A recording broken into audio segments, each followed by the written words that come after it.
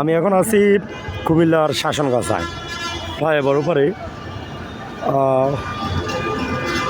একটা বিষয় হচ্ছে যে এই ফ্লাইওভারটা হওয়ার পূর্বে কিন্তু যথেষ্ট পরিমাণে এখানে জ্যাম ছিল।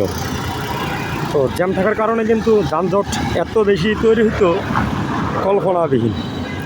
তো আজকে আসলাম, চিন্তা করলাম যে এটা নিয়ে একটা রিলস দিই।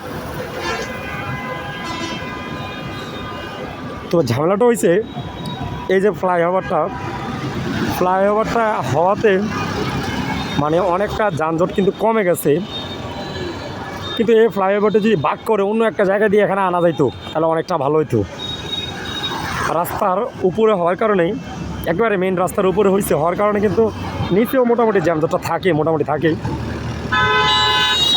তো তারপরও এই কাজটা হওয়াতে কিন্তু আমাদের যে কুমিল্লার যে এই শাসনগাছার জ্যামটা অনেকটা কমে গেছে। তবে আরেকটা বিষয় হচ্ছে যে এখান থেকে এই যে ফ্লাইওভারটা যদি একবার কান্দিপাড় পর্যন্ত হইতো তাহলে হয়তো আরও জ্যামটা বন্ধ হয়ে যেত, কান্দিপাড় কিংবা রাজগঞ্জ পর্যন্ত হইলে।